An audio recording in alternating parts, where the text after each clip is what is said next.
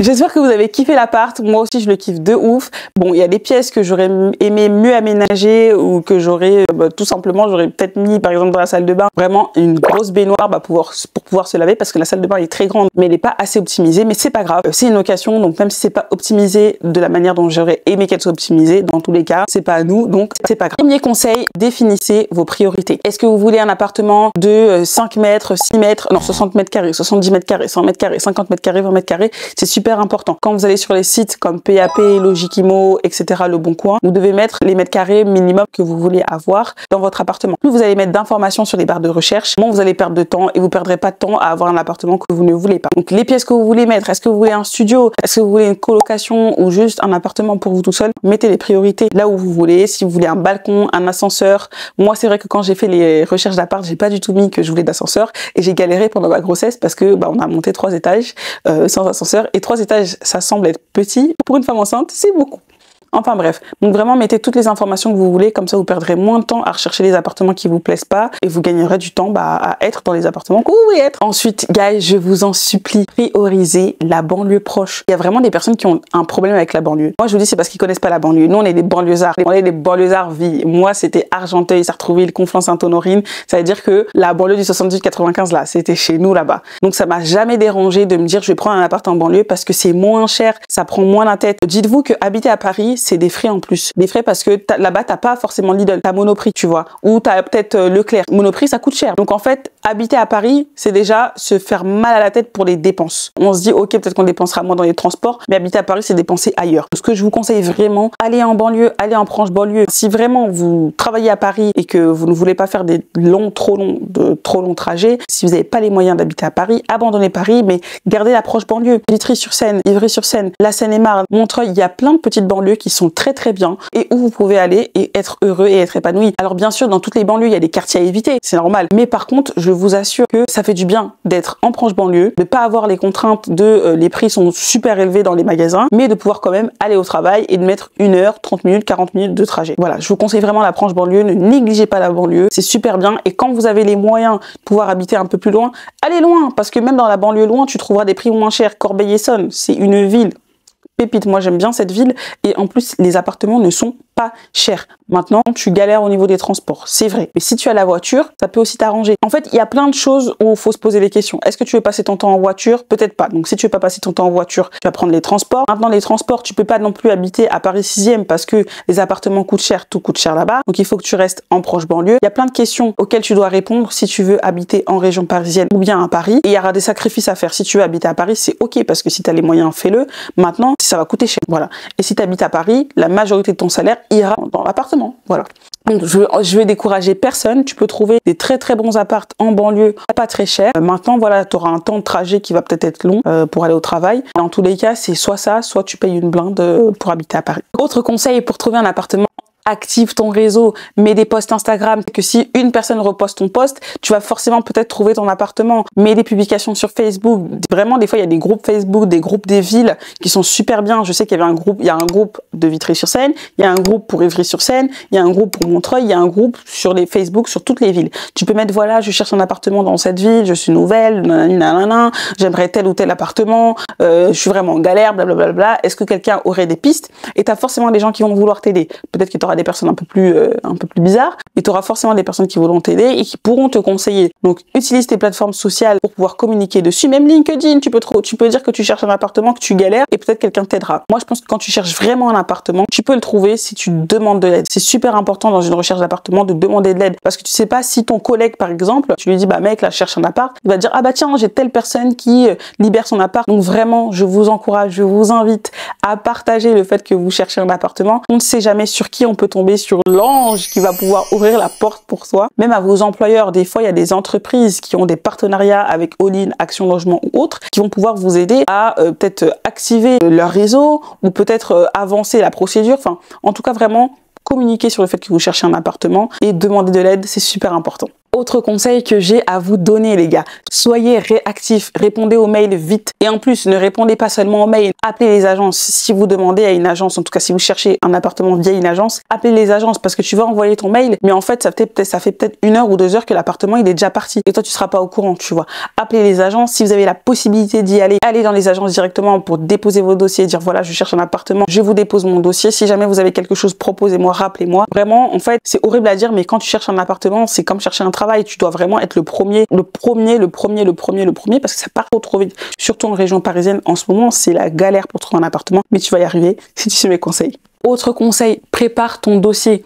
De la même manière où je t'ai dit, sois réactif. En fait, il faut que ton dossier soit déjà prêt. Avant même de chercher un appartement, si tu cherches un appart là, après ma vidéo là, tu vas préparer ton dossier, tes fiches de paye, tes déclarations d'impôts, ta carte d'identité, toutes les informations dont tu as besoin, ton garant, blablabla, le garant, enfin, des fois l'État peut se porter garant. En fait, bref, tout ce dont tu as besoin pour pouvoir en fait prouver que déjà t'es français ou pas, que tu as un travail ou pas. En fait, il faut vraiment que tu fasses ton dossier, que ton dossier soit complet et que ce dossier-là, à chaque fois que t'envoies ton mail, hop, le dossier il est déjà envoyé. À chaque fois que t'appelles, hop, tu dis ton dossier il est déjà prêt, tu l'envoies. Ça sert à rien de chercher un appartement si ton dossier n'est pas prêt. Vraiment, prépare un dossier, tu peux l'avoir papier aussi. Comme ça, quand tu fais tes visites, le dossier, hop, tu le laisses à quelqu'un.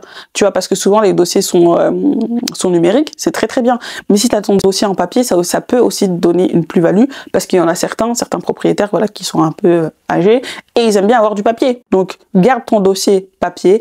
Prends ton dossier aussi numérique et envoie-le, prépare-le, c'est le plus important. Autre conseil que j'ai à te donner, diversifie tes sources. Je vais te mettre une liste ici de tous les sites sur lesquels tu peux trouver un appartement. PAP, Le Bon Coin, Logikimo, il y a plein de sites super cool sur lesquels tu peux trouver un appartement. En fait, ce qu'il faut que tu fasses, c'est que quand tu trouves ton appartement, tu mets la petite cloche là, la petite cloche ou recevoir un mail. Comme ça, quand tu mets, par exemple, que tu veux un appartement avec un balcon, que tu veux 2 ou 3 chambres et que quand tu recherches, il n'y a pas d'appartement disponible dans la région que tu veux, tu dis envoyez-moi un mail, enfin tu cliques sur envoyez-moi un mail quand ce type d'appartement est disponible. C'est-à-dire que à chaque fois que l'agence va recevoir des appartements comme ça, tu vas recevoir un mail sur il y a tel appartement qui est libre, est-ce que vous voulez visiter? et tu envoies ton dossier. Ça, c'est super important. Comme ça, dès que l'agence a quelque chose, en fait, tu es mis au courant et t'as pas besoin de retourner sur le site web pour chercher l'appartement. Je sais, ô combien c'est difficile de trouver un logement sur All-in, Action Logement et tous les bailleurs sociaux,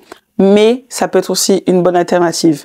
Postule quand même. Moi, j'ai postulé, on m'a jamais répondu, mais postule quand même, peut-être que tu auras plus de chance que moi. Autre conseil, si tu es vraiment en galère, explore des options alternatives. Réfléchis peut-être à la colocation avant d'habiter tout seul. Si tu es étudiant ou si tu es jeune travailleur. Dans le sens où, si par exemple, tu as vraiment besoin d'avoir ton appartement parce que je sais pas, t'as nulle part où aller, ou tes parents t'ont géré de chez toi, ou je sais pas, peut-être juste tu cherches ton appartement, peut-être commence par la colocation. Et pendant que tu es en colocation, tu vas prendre plus de temps, peut-être 6 mois, voire 1 an, pour rechercher l'appartement de tes rêves et aller dans cet appartement-là. Mais ne pas payer du coup tout seul le prix d'un appartement que tu n'aimes pas. Donc voilà, je sais que c'est pas le rêve de tout le monde, mais si jamais tu es vraiment en galère et que tu dois trouver des solutions alternatives, la colocation ça peut être bien pour un premier temps. Autre conseil super important les gars, soyez flexibles. Comme je l'ai dit tout à l'heure, en fait c'est premier arrivé, premier servi. Donc vraiment soyez vif, soyez flexible. Quand la personne vous dit voilà vous êtes disponible quand pour visiter, si c'est le matin que tu as envoyé ton dossier, tu lui dis tout à l'heure dans 1 heure j'arrive. En fait c'est super important parce que quand toi tu vas dire ouais demain, bah en fait peut-être que quelqu'un va lui répondre bah je suis disponible là tout à l'heure dans 1 heure. Donc en fait quand tu cherches un appartement, faut montrer que t'en veux, faut montrer que l'appartement tu le veux. Je suis désolée, on dirait vraiment que tu vas devenir millionnaire alors que pas du tout. Mais en fait, trouver un appartement c'est difficile et il faut que tu montres que t'en veux. En fait, ce que je conseille, c'est que quand tu cherches ton appartement, prends-toi 2 semaines de vacances. Tu te prends 2 semaines de vacances où tu t'envoies tes dossiers, tu réponds aux mails, tu fais des visites, t'enchaînes les visites parce qu'en fait, les gens sont trop vifs. Surtout en région parisienne, ça va trop vite de trouver un appartement et surtout de perdre un appartement que tu aurais vraiment voulu avoir. Donc, dès que tu reçois les infos, tu dis que tu es disponible à l'heure ou peut-être à la soirée ou peut-être le lendemain si vraiment c'est pas possible pour toi. C'est très dur de trouver un appart quand on est en plein milieu du travail, qu'on doit forcément bosser et que la journée on est au taf et qu'on doit répondre aux mails le soir parce que la journée t'as ton employeur qui est là, tu peux pas vraiment répondre. Ce que je vous conseille vraiment quand vous cherchez un appartement, prenez quelques jours de congé pour pouvoir vraiment visiter les appartements et les enchaîner et être sûr d'avoir votre appartement, l'appartement que vous voulez et être sûr que c'est pas quelqu'un qui va l'avoir à votre place. Je sais que c'est délicat, mais c'est vraiment le meilleur conseil que je pourrais vous donner. Vraiment, moi quand j'ai trouvé cet appartement là, j'avais été peut-être 2 jours avant sur le site, j'avais vu l'appartement, j'avais dit je suis dispo là, il m'avait dit non, peut-être dans 1 jour ou 2. J'ai visité le truc, j'ai dit on veut l'appartement, il n'y a pas de non, on ne veut pas et on a juste attendu en fait que l'agence dise oui, enfin que le propriétaire dise oui ou qu'il dise non, mais en fait on a montré qu'on voulait cet appartement quoi. Oh, conseil, un conseil super important, évitez les arnaques les gars, évitez les arnaques. Vous ne devez rien payer si vous n'avez rien signé et surtout si vous n'avez pas vu l'appart. Vraiment, je vous en supplie, surtout sur le Bon Coin. Le Bon Coin, c'est une très bonne plateforme parce que les agences les utilisent, mais il y a aussi des pirates, des démons. Et ils sont là, ils vous disent oui, l'appartement, il est magnifique, ils vous envoient des photos, on dirait la photo, c'est la vraie photo. Ils même mettent, quand tu mets la localisation du bien sur la map, l'appartement, il existe vraiment, il est vraiment en recherche de locataire. Mais ils vont te dire oui, je suis pas disponible pour la visite, est-ce que vous pouvez payer via un lien, via machin? Ça, c'est no way. Ne vous faites pas avoir s'il vous plaît. Donc, rien à payer avant et surtout quand vous payez, regardez bien les frais d'agence. Avant même de payer, regardez bien les frais d'agence sur les annonces, regardez bien les frais d'agence. Quand vous appelez, demandez les frais d'agence, taxes hors taxes, que vous soyez vraiment au courant de toutes les dépenses que vous allez devoir faire. Important, suivez les prix du marché. Il y a des appartements qui ne valent pas leur prix parce que les propriétaires veulent gonfler les prix de leur bâtiment, de leur appartement. Vraiment, vérifiez les prix du loyer. Ça a été prouvé, il y a vraiment des propriétaires qui gonflent leurs prix. Vérifiez, ne vous endettez pas pour un appart.